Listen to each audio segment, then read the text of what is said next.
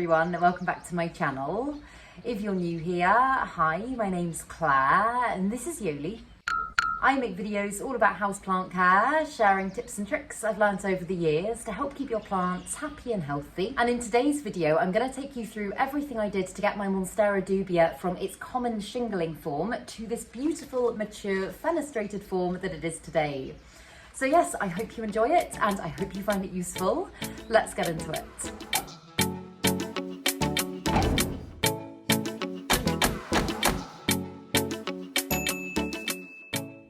So, I know I did make a general care tips video for Monstera dubia a while ago, but this video is going to be focusing specifically on how to get your plant to size up. So I got my Monstera dubia about 10 months ago now. I'll put a clip in so that you can see what she looked like then, but she only came up to about here on the pole. Her growth was quite small. Although she was kind of a well-established plant when I got her, she wasn't very big and she definitely wasn't mature.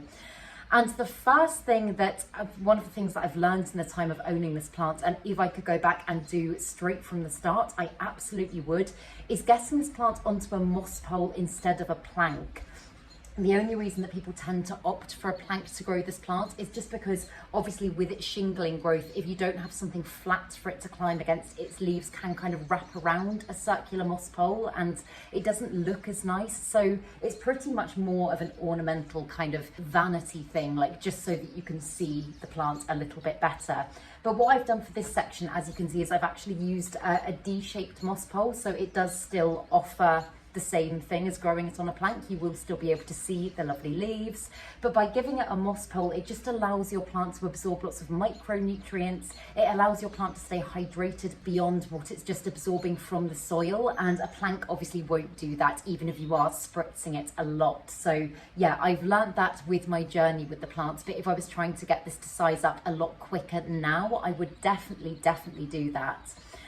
But the first thing to take into consideration with this plant when you're trying to achieve really big fenestrated growth is light. And I know this is a plant that's more than capable of surviving in lower lighting conditions, and a lot of people say kind of medium light for this plant. And although yes, your plant absolutely will cope in those conditions and it probably will give you new growth, it's not going to be sizing up dramatically in the way that you want it to. And this is a plant that I found that actually grows very well in full sun. And I have a very important disclaimer to say before you just stick your plant in full sun. And I've also learnt this the hard way recently, if you've watched my recent videos. But acclimate your plants slowly to this, because a lot of the time they're not going to have come from an environment like the shop that you pick them up in. It probably didn't offer them full sun, and that means that if you just take it home, put it straight in front of a south-facing window, for example, this plant is going to be very prone to burning, and that means it's going to scorch the foliage. Often your plant won't bounce back very well from that. So when I say acclimate this plant, make it a very gradual process of building its light up pretty much on a daily basis until its tolerance is high enough to be able to actually appreciate the light that you're giving it and not just send that plant into shock. For example, when I first got my Monstera dubia, I put it at the back of my mum's conservatory at the time, and it was kind of in shade in that spot, but it was getting bright indirect lights. Like, as I say, it was a conservatory, so even the shaded areas did get a good level of all-round natural light all day long. But gradually, I started moving it kind of out into the sun for an hour and then back, and then out into the sun for 2 hours the next day, and so on and so forth, until eventually it was growing in pretty much full sun all day round. And that's when I started to notice the most dramatic growth in this plant. I started to notice its leaves really size up, kind of come away from the pole a little bit as well. Like, as you can see at the bottom here, they kind of grip the pole quite a lot, and they started to just kind of become a little bit more, I was going to say leafy, I know that's a stupid thing to say, but not be quite as shingly. And then I started to get my first fenestrations, and that was very exciting. It was obviously combined with other things as well that I was doing that I will walk you through in this video, but light is 100% a very important thing to take into consideration. Because as I say, before I got this plant, I had just had kind of medium to bright indirect light.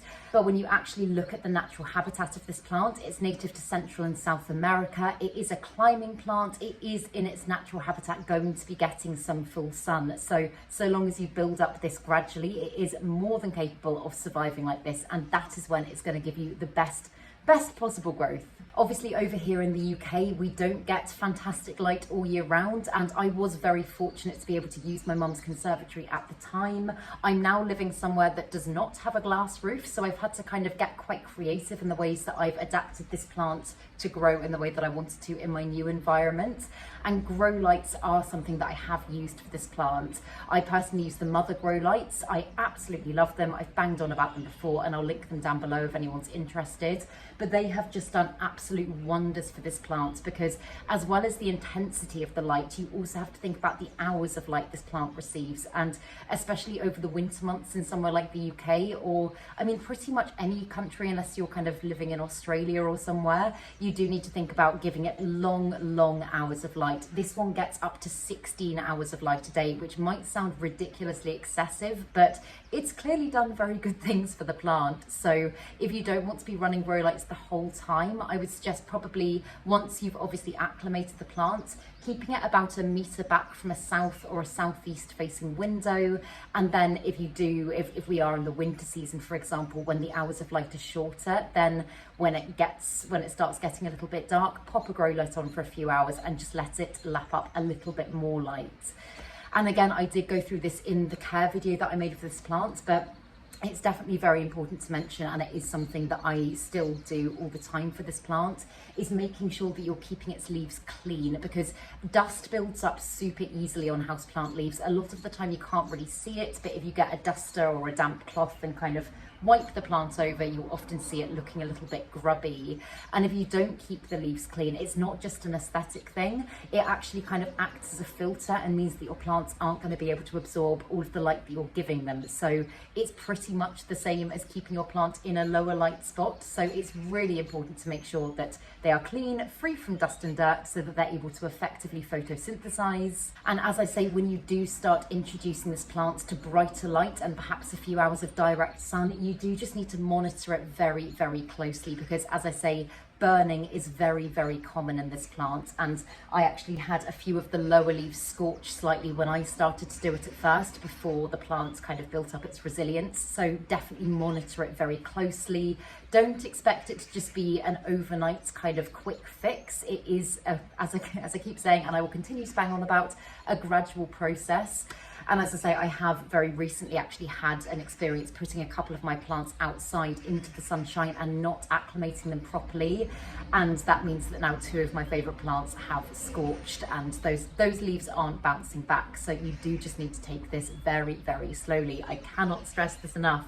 But after light, I would say, these are kind of in no particular order, but another really important thing to think about is the soil mix that you use for this plant. And I love Soil Ninja as a brand. I know they ship in the EU. I'm not quite sure if I don't think they're worldwide yet. But the thing I love about them is that none of their soils are treated with pesticides, harmful chemicals. They're not sterilized with heat. So all of the beneficial organisms and living microbes within the soil are present. And that is just going to do absolute wonders for your plants, because a lot of the time these kind of cheapy soils that you can pick up at garden centres, even if you mix them with really good things, they're actually not going to be offering your plants everything they need. So if you can find an organic blend for your plants that hasn't been treated, I would highly recommend it. And as I said, in regards to mixing your soils, this one really likes something kind of chunky and well draining. So I, as I say, have used Soil Ninja's mix, but I've just mixed in some orchid bark, some perlite and some horticultural charcoal. And this has just created a really nice chunky mix that this plant seems to really like. And you do just need to make sure that it is something fairly well draining, and obviously that your plant has got drainage. It's not going to hoard water at the bottom of the pot. Again, I speak about this in the care video, but it's super important because this is a plant that can be very susceptible to root rot. And if you haven't experienced root rot in a plant before, then you are very lucky. It can bring a plant down very quickly. It essentially just causes your plants to turn to mush if you don't catch it very soon. So yeah, allowing your plant to have good drainage, both in the soil and in the pot that you're using, is super important. This one here, I actually have just decorated this pot, but it is just a nursery pot, so I allow it to properly drain every single time I water it. And the bigger mature version here I have got in a ceramic pot, but it is still in, oh wow, look at that root. It is still in a nursery pot as well, so it does have good drainage. And obviously the rate at which you water this plant is going to change. It's going to change throughout the year depending on different factors such as light, heat, humidity, lots of different things. It also just comes down to the environment of your home. Like your home, even if if two people both live in the UK, you're still going to have completely different home environments. So it's going to be slightly different for your plant in different spaces. But for me, I just let the soil dry out to about 60-70%. I'll usually stick my finger down into the soil and feel, and when it feels pretty much dry, maybe a little bit of moisture at the bottom, but pretty much dry overall, then I'll go ahead and water it again. As I say, this is a plant that is quite susceptible to overwatering. So if anything, I would say go a little bit less as opposed to a little bit more if you're not entirely sure. But it is actually, like, surprisingly, because it's a very kind of leafy, non-succulent plant, I have found it to be very drought tolerant. Like, there's been many occasions that I've let mine dry out way too much. I've missed a few days watering here or there, and I've come back to it, I've watered it, and it has been absolutely fine. I'm not saying do this on a regular basis, because if you do let a plant dry out to bone dry, such as this one, and then you water it, then again, it's going to make it more susceptible to root rot and other root issues. So yeah, I would say kind of 60-70% of the soil dry, and that should be all good for this plant. And then when it comes to fertilizing, I can't remember how much I was fertilizing when I initially made the care video for this plant, because I think that was about kind of 7-8 months ago at least. But at the moment, I'm fertilizing this plant every single time I water it. And it's very important to make sure that you're using the right kind of fertilizer as well. Again, if you're in the UK, the brands that I would recommend is Liquid Gold Leaf. Again, I will link it down below. I think they are starting to ship to other places now as well. But again, similarly to what I said about the soil, the great thing about Liquid Gold Leaf that I absolutely love is the fact that it does enhance the beneficial microbes in the soil. It doesn't, like a lot of shop-bought fertilizers, basically just focus on quick dramatic growth and kind of almost shocking plants into producing crazy growth, and it's not sustainable. It is not good for the health of your plant. Even if it kind of gives you instant results, long term it's not going to set your plant up for very good things, whereas something like Liquid Gold Leaf does really focus on the health and longevity of your plant. So yeah, that's what I use, and I use it for all of my plants actually, but it has done the most amazing things for this one. And if you're not able to get hold of Liquid Gold Leaf, again, as I say, just find something that focuses very much on soil health and is made with organic materials and is fairly natural and not too chemical, because there is a lot of bad stuff about that is marketed as very good stuff. But yeah, I use it every single time I water this plant. It's because it's water soluble as well. It doesn't make your plant so susceptible to things like fertilizer burn, which I know some kind of brands, not going to name chain, but brands such as Baby Bio, for example, I know they can cause nasty fertilizer burn on your leaves if you overdo it. But I know I used to say that I don't fertilize outside of the growing season, and I have completely changed my opinion on that. I now do fertilize all of my plants all year round, so long as they're actively growing. And this one actually, once it gets going, is a very fast growing plant. Assuming you're keeping it in the right conditions, it can give you, I mean, this one here, I'll put some clips in, but I chopped this one, I think about 1.5 months, 2 months ago, to propagate this top section of growth here, the big fenestrated section. And already it's given me pretty much 3 or 4 new leaves. It's got 2 that are fully out and 2 others on the way. So I will continue to fertilize this plant the entire time it's giving me growth. And some plants can go into a slight dormancy period over the winter months, but with this plant, I've never noticed that happening. And chances are, if it is happening, it is probably just because you aren't creating the right conditions for this plant in your home. So yeah, if it does go into dormancy, then obviously stop fertilizing, because that's not going to do great things for your plant at all. But again, looking at its natural habitat, and I've just essentially tried to recreate its natural growing conditions as much as I possibly can in my own home here in the UK in order to get it to size up. And heat is a massive factor. This plant absolutely loves higher levels of heat. And I know people say it can be grown anywhere between 15 and 32 degrees Celsius. And again, similarly to what I said about light, although I'm sure it will still grow if it's in slightly lower temperatures, it's not going to be doing the best things for the plant. So if you can kind of keep the temperatures, I try to keep them kind of 20 to mid 20s if I possibly can. And this plant absolutely loves it. And I've said it before about my cabinet plants, and it definitely applies to the Monstera dubia, but light, heat and humidity are kind of like the secret tricks a lot of the time for getting tropical plants to grow quicker and size up in a very natural way. Again, because it does just replicate their natural growing conditions, and in nature, this is a fairly fast growing plant. So yeah, try and keep the heat levels as high as you possibly can all year round. I know this can be tricky over the winter months. I have spoken about things like heat mats and stuff like that before, but yeah, if you can just try and keep it as high as possible, that is definitely going to help this plant.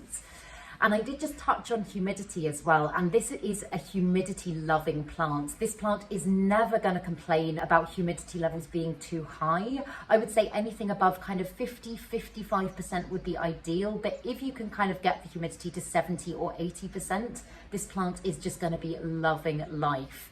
I think previously when I was at my mum's place, I would have probably said keep the humidity levels even higher than that if you possibly can.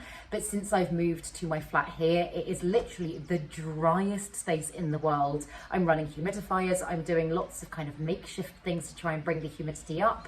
But a lot of my tropical plants have had to adapt to slightly lower levels of humidity. And this is one that really hasn't given me any issues. It's adapted really well. So yeah, I would say anything around about 55% or a little bit higher if possible would be great. And when I came to separate this section of growth from the main plants, because basically it had started to pull away from the plank a little bit, its leaves were really coming off and it was starting to fenestrate and it was growing like a weed. And I was like, oh my goodness, okay, I really want to be able to conserve the lovely shingling form, because I do love this form of the plant. I love the colour, I love the markings on the leaves. Obviously this one is it's almost like a completely different plant. It's a completely different colour. The leaves, I mean, it just looks nothing alike, but I wanted to be able to keep two. So what I did is I attached this section of moss pole, which, as I said before, is a D-shaped moss pole. I attached this to the top of the plank, and as the growth grew upwards, it just started to naturally root itself into this moss pole. I obviously made sure to keep this very, very hydrated. I still do. It's very important, because if it dries out, then the root system in there is essentially just going to die off and potentially rot. But once it had developed a good root system at the back, which you can see here, if the light doesn't reflect too much, you can see an amazing root system at the back. Once that had become quite well established, I essentially just chopped that whole section off the top of that plant, potted it up, and I didn't kind of need to do a long propagation process. So that's another reason that I would say grow this plant on a moss pole from the off if you possibly can, because if you do come to chop and propagate it, you will essentially be able to just chop it and the propagation is done, because it's already got a good root system. Because when I first got this plant, I think its plank was about that high, and initially I did swap out its plank. You can see at the back here the first plank that I put on, and then that was the plank extension. And I really, really wish that I had just put it straight onto a moss pole, because I think I would have got to where I am here a lot quicker if I had. But yeah, I feel like those are kind of the main things that I've done for this plant in order to get it to size up. And it has actually been very simple. It's not ridiculously complex. You can do it here in the UK, because I know I see people doing it in places like Australia, and I'm like, okay, well, easy for you because you've got the heat, you've got the light, but it is 100% possible to do in a UK environment as well.